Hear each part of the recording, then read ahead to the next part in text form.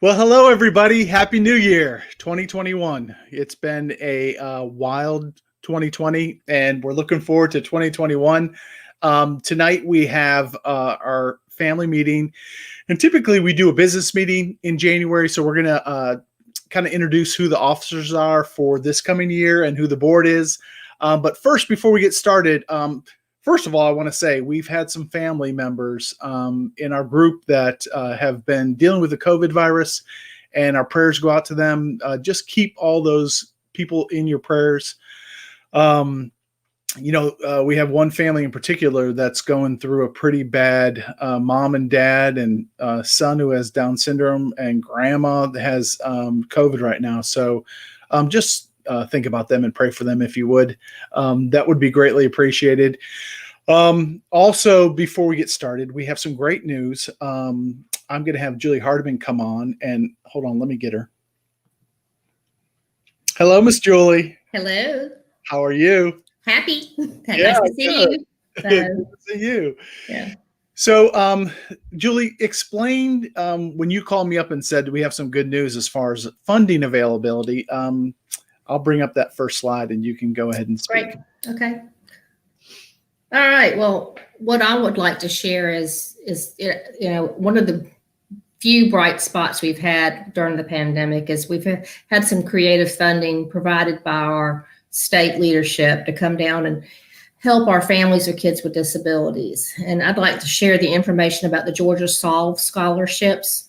Now, I do want to say up front that right now, only Savannah-Chatham County public school kids are eligible for this scholarship.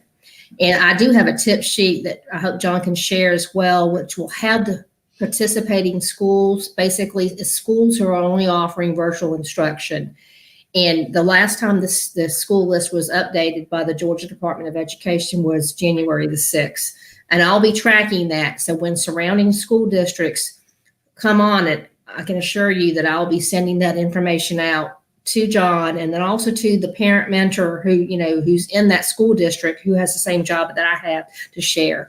But just briefly, what Georgia Solve is a scholarship. It falls under the Georgia Department of Early Care and Learning, which is, I call it the little people department. I've always been a high school person.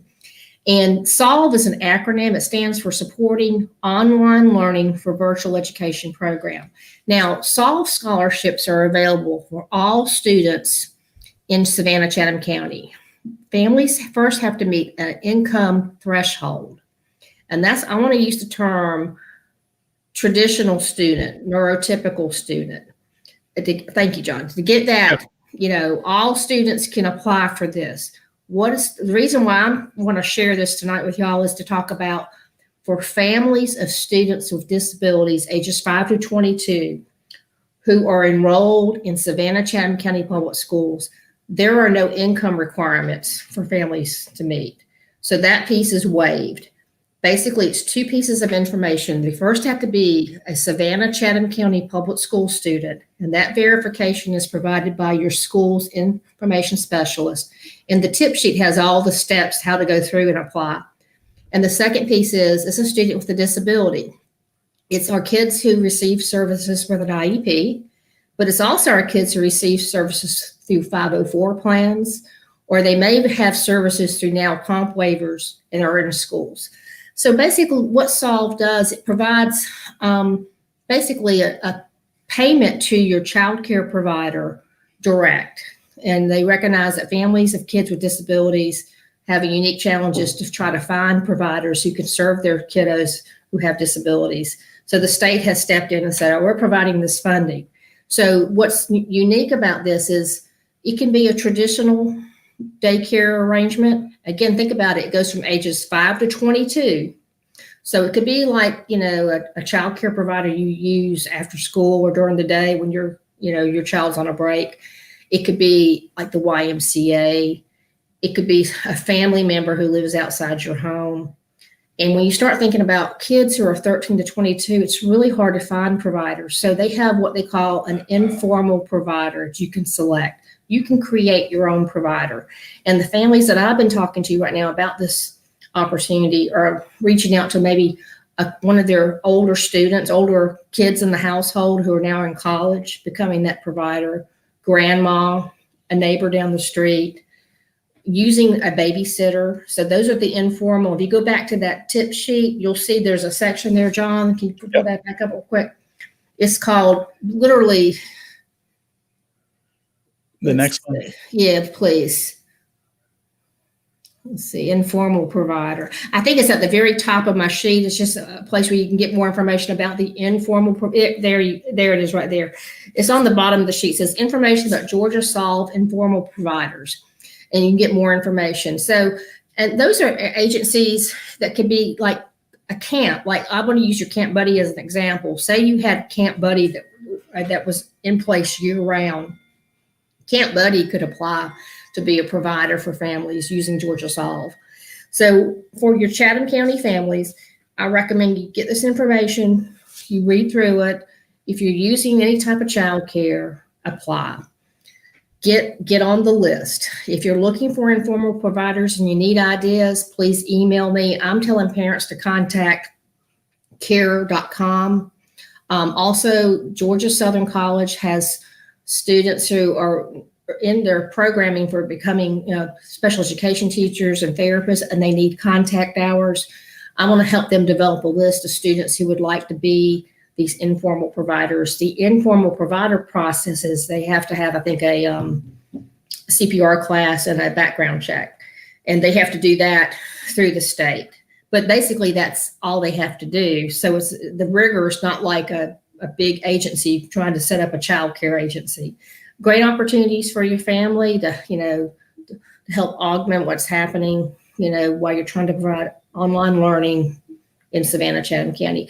And y'all are always welcome to email me, and I'd be happy to help you direct if I can. And I know, John, you have my email, so you can just throw it up there. My bride is actually putting some comments in, so she'll put your email in the comments. Perfect. So if anybody needs to go back and look at this on Facebook or YouTube, they can go ahead and have your email as well. Good. Hope it helps. So some great news, help at this time when people are looking to kind of manage what it is to try to work at home, go back to work, and they have kids at home. That's a different situation. It's very hard. It's very challenging. So So this is a great opportunity. Yeah. Please apply. Yeah. Kind of like family support. Apply for family support. So we need. Yeah. Let me ask you this. We live in Effingham County. So can we go ahead and apply now? And would they deny us, or would we be put on a waiting list, or do we not know? And I'm for Chatham, I think this applies to Effingham. We have 3 providers of family support. We have Gateway, B&B Care, and Easter Seals. Right. Gateway has told me right now they have a wait list. Easter Seals has said they are taking applications. Now, they have advised me that they're not providing funds for summer camp, but they provide funds for something called Community Access Group, which is basically when you think about helping a young person who has challenges learn how to participate in a community setting with their peers. And their peers could be kids with disabilities and traditional peers. So and then B&B said they still have funds, and they have a little more leeway what they do with their funds. Each agency can establish their own guidelines, and they do get state guidelines. I know it's been a weird year, but I'm like, we need to continue applying and using these services, because that's the only way the state will fund our region is by use. So that's how they hear us. Yeah. Yeah. And, we usually do in Chatham, we do waiver days, and I have people come in and, fill out applications for family support, as well as the big waivers, the now comp waivers. And it's really important that families continue to do that even during the pandemic, because those waivers and services provide the funding for the services when it all gets really bad in the home, or your child is suddenly no longer in school. This is what puts you on the list to get supports. And it's a lot. I know you and I have talked about that, and then with the holidays coming up, it kind of got pushed back. But we're even talking about in a forum like this, maybe going through step by step how that looks about getting the comp waiver and getting it filled out. And it's part of that big conversation about preparing for transition. That you never think your kid's going to ever get out of high school, and suddenly that day is here. And we have to talk about power of attorney, guardianship, medical home, the waivers, and what your kiddo wants to do when they leave us. Leave us meaning leave public school. Right. And there's a team in your county and our Chatham County that's why we do is plan for the future. So, but yeah, happy to help you all with that when we have the opportunities. So pertaining to this scholarship, though, if someone from outside of Chatham County schools goes in and applies, what happens? They're not eligible because when you do the application online, there's drop down arrows and it'll say what school system are you in. Okay. So it will kick you out that way. And that's not to say that Effingham County can't go into it, but as of January 6th, they were not in it. And so, I'm watching the data, the numbers. If the red increases, then, we're watching what happens with schools. And so, again, this is a funding to support our families in online learning. So if it opens up, I'll let you know so y'all can get applications in. And I've heard it takes about 5 days turnaround to get the application approved. And who makes a determination as to, why Chatham County Schools has it and Bryan County or Effingham County don't have it? It's my understanding it's based on a school district who has decided to not return to in-person face-to-face learning. Gotcha. So and so the way the list of school districts are shown is reported by the Georgia Department of Education to the Georgia Department of Early Care and Learning, and that's outside of the school district altogether. Right. So that could change. So. Right. Well, good. Yeah.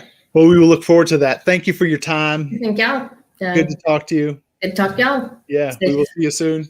Thank you. All right. Bye-bye. Good night.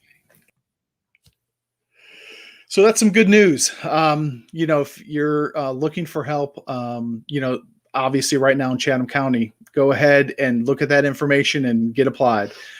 So now we're going to go into, this is our business meeting, and typically, so for the next year, 2021, we have officers and our board of directors.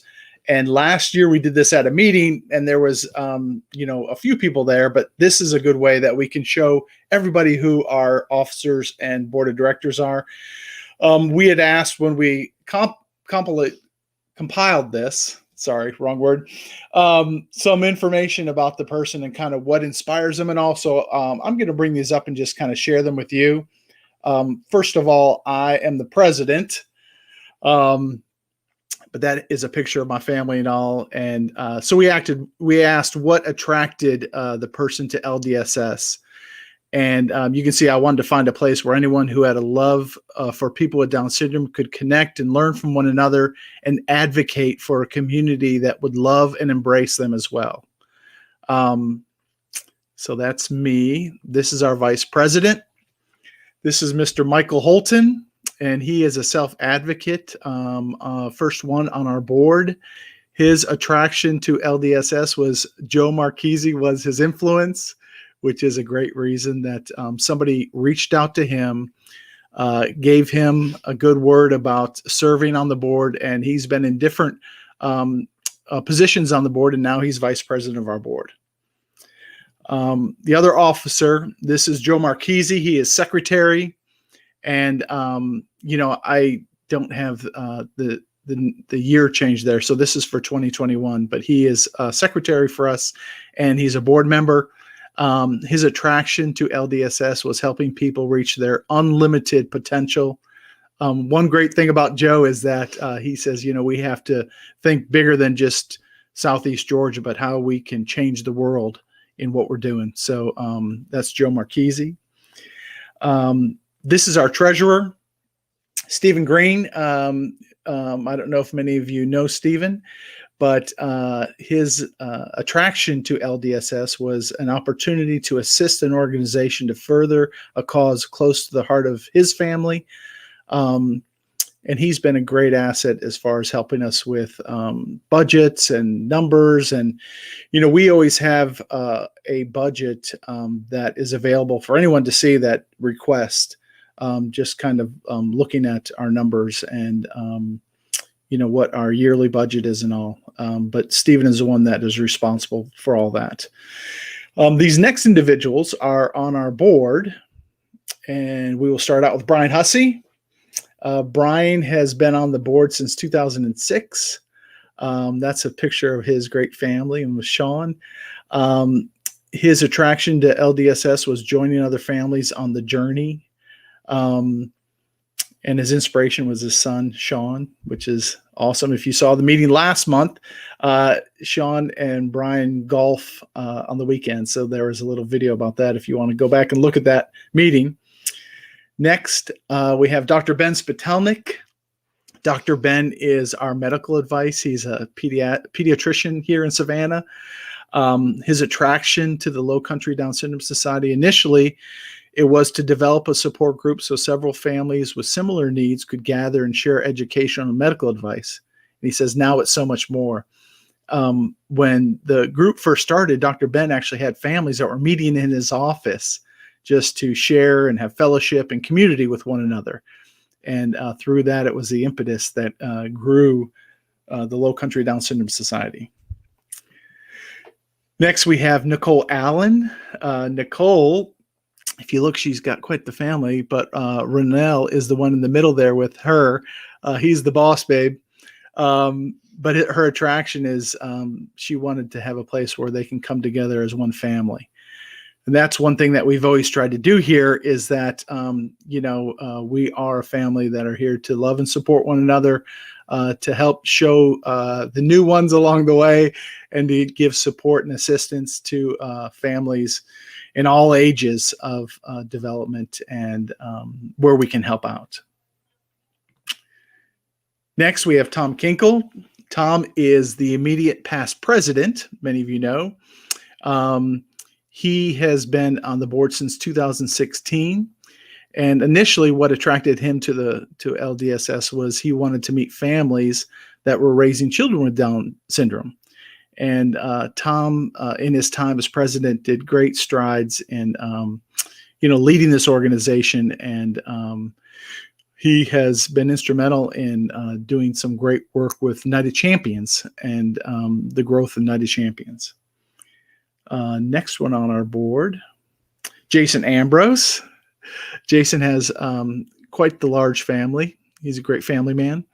One of the things that attracted him to LDSS, he wanted to find a place where his wife and he could learn from other parents of children that have children with Down syndrome and their past experiences. And he says, we found so much more, which is a great testimony. Recently, I had the opportunity to speak to new pediatricians at Memorial that were just, they were last year of their residency. And I told them that, if you would ask 98% of the people that have children with Down syndrome, they say that they wouldn't change a thing. And, it's become such an essential and great part of their family having a child with Down syndrome. And it was interesting getting their response because, I always tell them, be honest when you give people diagnosis when children are born. But it is a blessing versus a curse. And sometimes we have people that get that reaction from their pediatricians. I'm rambling there. Sorry. Next, we have Harris Martin. Harris is an attorney. And actually in this picture, there's one more little one now in his family. So they have 3 girls now. Harris says that his attraction to LDSS were the people and the families I knew who were already involved with the Low Country Down Syndrome Society, that they displayed a passion and a joy for the organization that attracted me to want to join and contribute myself. So we thank Harris. He is our attorney. He gives us all of our lawyerly advice that we need with the organization. Next, we have Miss Kayla Johnson. Miss Kayla was an executive director for us in previous years, and now she's on our board. She said her attraction to LDSS was having a child with an extra chromosome. She said she's interested in helping other such individuals live their best lives. And we thank Kayla and her wonderful family and their little girl Goldie that her husband Clay is holding in that picture as well. Sweet girl. So that is our board. and our officers for 2021. We hope that this year will be a little bit better than next year. For many of you, if you don't know, I got my vaccine last week. So I encourage anybody that can go out and get a vaccine to do it. That's one of the ways that we're going to beat this thing. Let me go over these two things too. This is the mission of the Low Country Down Syndrome Society. We actually have had board retreats where we kind of got together and we put our head together and came up with our mission and our vision. But I'll read this to you. The mission of the Low Country Down Syndrome Society is a family support group to benefit people with Down syndrome and their families through local leadership, outreach, education, and advocacy to champion and celebrate acceptance and inclusion. When we were putting this together, one of the things that we really wanted to make sure that we spoke to those things that we want to do, but we want to champion people with Down syndrome. We want to champion their abilities. We want to champion what they can do in society and how they can be an important part of society. And we also want to celebrate those milestones that people with Down syndrome and their families are accomplishing. And we want to celebrate where there's acceptance. We want to celebrate where there's inclusion. We see a community that is fully inclusive, where there is no segregation, there is no separation. And so that's things that we champion and that we celebrate. This is our vision. The Low Country Down Syndrome Society envisions a world in which all people with different abilities have the opportunity to create their own path in order to enhance their quality of life, realize their life aspirations, and become valued members of welcoming communities. And that kind of really speaks of what our heart is and why we started this group and what we hope for our future and our community for all people that are differently abled, no matter what it is that they encounter. But, especially people with Down syndrome, I want for my daughter that she has a quality of life and that she can realize whatever she wants to do in life, that she has the opportunity, she has the availability, and she has the support to do whatever she wants to do in this world and in this life. And along with that, we think community is so important, that we have people that welcome all types of people, no matter what the socioeconomic, whatever the different ability is, whatever the racial mix is, that, we are part of a loving and welcoming community. And that's what we strive for. That's our vision for this world. So with that, I'm trying to bring that down. So that's our officers and our board for 2021. A couple quick announcements that we have for right now. Camp Buddy is full steam ahead. We've got the dates going for the summer. We're going to have some information that is going to be coming out soon for that.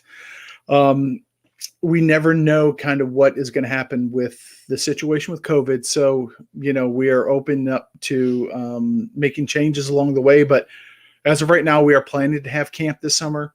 Along with that, the Savannah area realtors, I got a call last week, and they got together, and these are all realtors within this city of Savannah and the greater Savannah area. But they wanted to specifically raise money for scholarships to help out campers with Camp Buddy. So they got together and they came up with a check for $4,100. We are so thankful. That's awesome. And that's going to be used for scholarships for Camp Buddy.